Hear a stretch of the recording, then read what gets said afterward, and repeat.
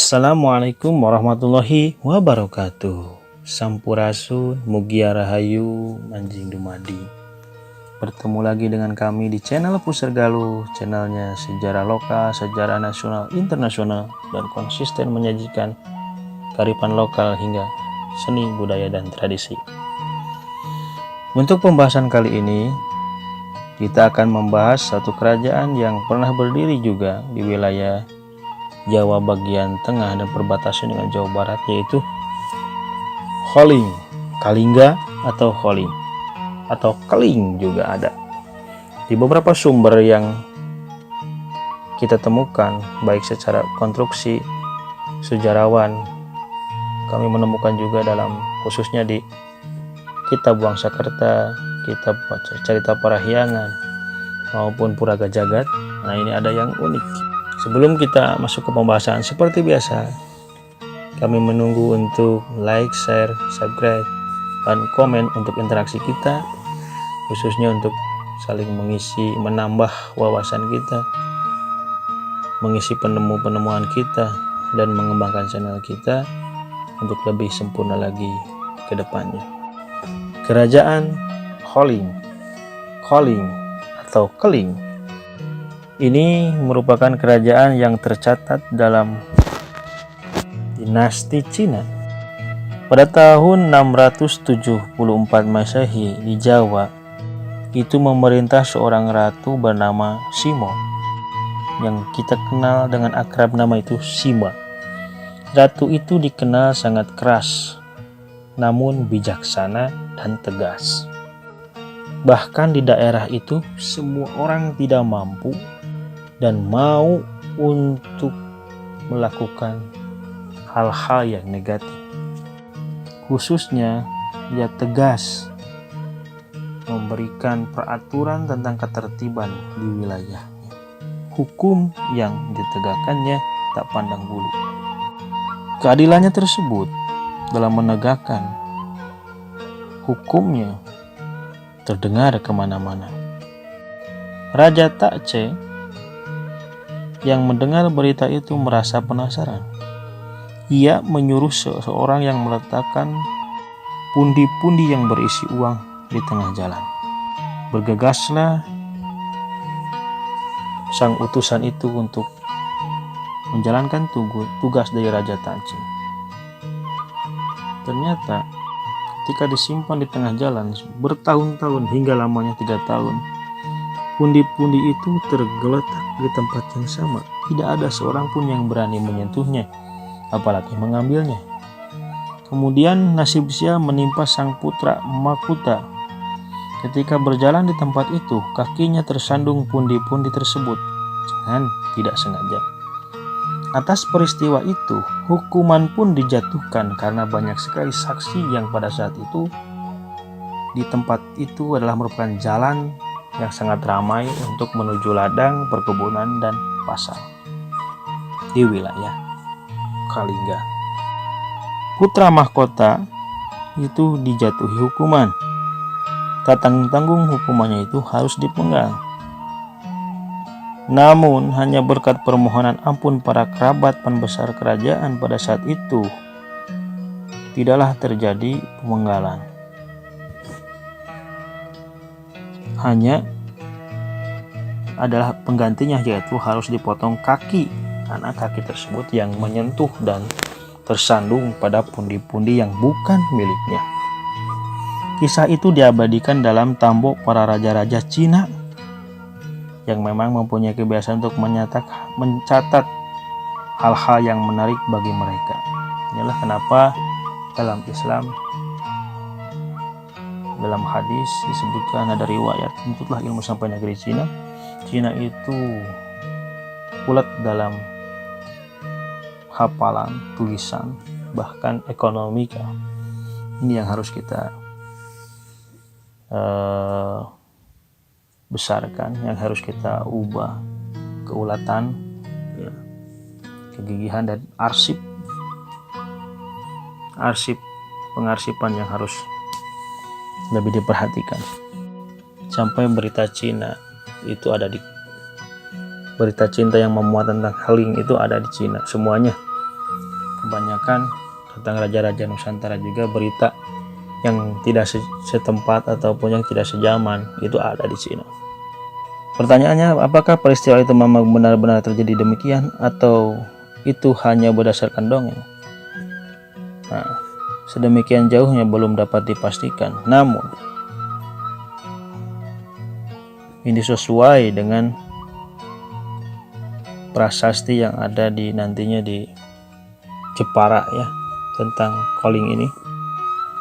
Itu ada pernah hidup ratu ya, yang bernama Shimo, atau dalam laparan Cina itu Shimo, namun dalam laparan itu adalah Shima, dan nama kerajaannya adalah Holing.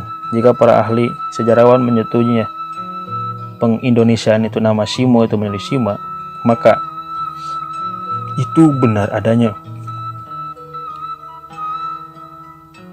di wilayah Kaling atau Kalingga. Sebagian lagi lebih cenderung menyesuaikannya dengan Walaing. Ternyata baik Shima maupun Kaling atau Kalingga dikukuhkan juga kehadirannya dalam sumber sejarah lain. Di antaranya sumber yang paling lengkap pemberitaannya ada di Pustaka Raja Warna Ibumi Nusantara yang disusun oleh Panita Wangsakerta dari Cirebon dalam tahun 1680. Bahkan naskah itu tidak hanya berbicara mengenai Shima dan Keling, naskah itu memberitahukan bahwa tokoh dalam kurun baik maupun sesudahnya masih terus diceritakan. Karena kita tahu bahwa leluhur Keling itu berasal dari India, dan raja pertama yang diketahui namanya adalah Kartikaya Singa. Ia memerintah selama 26 tahun, 648 sampai 740 tahun. Menggantikan ayahnya yang berkuasa selama 16 tahun, yakni 632 sampai 648 Masehi. Ketika baru memerintah selama 8 tahun, Kartia Kersinga sudah menjalin hubungan persahabatan dengan Cina dan sering mengirim utusan ke sana. Kartikaya Singa mengawini Dewi Siwa dan beranak 2 orang, yaitu Dewi Parwati yang kemudian diperistri oleh Rahyang Mandi Minyak dari kerajaan Galuh. Jadi sekali lagi, Dewi Parwati merupakan anak dari Dewi Sima dari kerajaan Kalingga yang dinikahkan dengan Rahyang Mandi Minyak, anak dari Puri Tekandayun, pendiri Galuh, dan Narayana yang dikawinkan dengan putri yang berasal dari daerah Jawa Timur.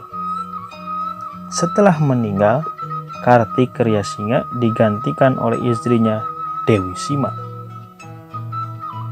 yang bergelar Sri Maharani Mahisasura Materdina Satyapura Tikeswara dan berkuasa selama 21 tahun, yakni 674 Masehi sampai 695 Masehi. Adiknya Rakya Narayana atau Iswa Keswalingga Jagatnata Buanatala menjadi Raja Keling selama 47 tahun, 695 sampai 742 Masehi, digantikan oleh Rakyan Dewa Singa atau Iswaralingga Jagatnata yang memerintah selama 18 tahun dalam kurun waktu 742 sampai 760 tahun. Dalam tahun 754, pusat pemerintahan Kerajaan Keling dipindahkan ke daerah Jawa Timur. Dari Jepara dipindahkan ke Jawa Timur. Ibu kotanya dipilih adalah Warugasik, sedangkan istananya diberi nama Linggapura. Dewa Singa kemudian digantikan oleh anaknya Rakyan Limwana atau Gajayana Alingga Jagatna yang berkuasa selama 29 tahun, 760 sampai 789 Masehi. Gajayana beristrikan Dewi Sastrawati, anak pribumi desa Kanjuruhan, Malang. Di desa itu, Gajayana mendirikan istana dan sejak itu pusat pemerintahan pindah ke Kanjuruhan. Jadi penerus Kalingga ini jelas nasabnya, jelas alurnya, ya, tidak ada silsilah yang tidak jelas nasabnya. Nah ini ya, dari India pernikahan dengan Raja Galuh di Kalingga melahirkan dari mandi minyak nanti keluarga-keluarga besar pembesar di Kalingga, Galuh. Nah ini dinasti awalnya sampai ke Kanjuruhan. Sedemikian jauh berita naskah itu ternyata tidak bertentangan dengan berita yang berasal dari sumber lain.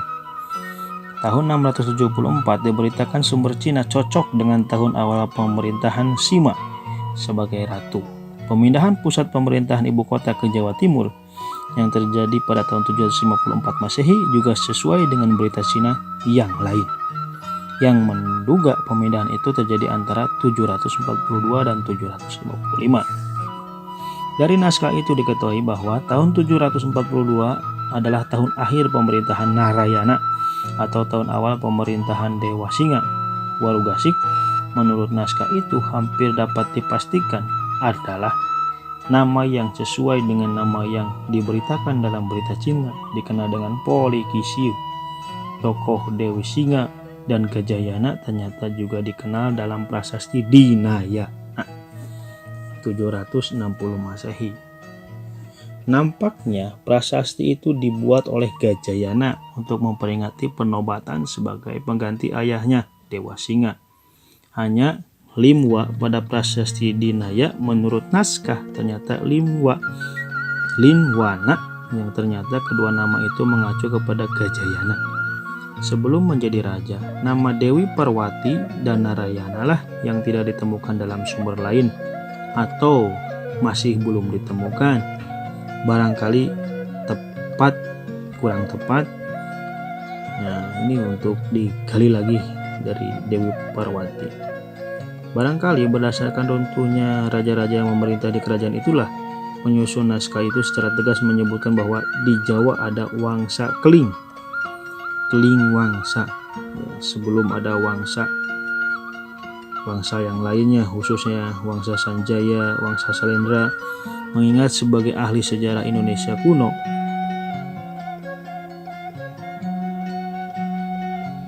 mengingat sebagian ahli sejarah umumnya yang menyuarakan Wangsa yang pernah berkuasa, antara yang mengakuinya ada yang Salendra Wangsa, ada yang Sanjaya Wangsa, ada sebagian yang mengakui Wangsa Keling Wangsa. Munculnya Wangsa ketiga itu tentu makin menyibukkan kita akan runtutan yang sistematis langsung ke sumber mata air, dan ternyata tidak salah juga kita menggunakan rujukan dari data primer yang lama otentik dipadukan dengan data sekunder. Mudah-mudahan menjadi gambaran untuk kita semua tentang peradaban besar kita yang harus kita rawat, yang harus kita pelajari, dan penuh dengan makna dan kearifan kita sebagai bangsa yang jaya, bangsa yang adil dan makmur. Kita harapkan itu menjadi momen kita terus untuk berkarya, khususnya mengingat tentang jas merah. Jangan lupakan sejarah. Sampurasun, mugi rahayu, sanggung dumadi. Assalamualaikum warahmatullahi wabarakatuh.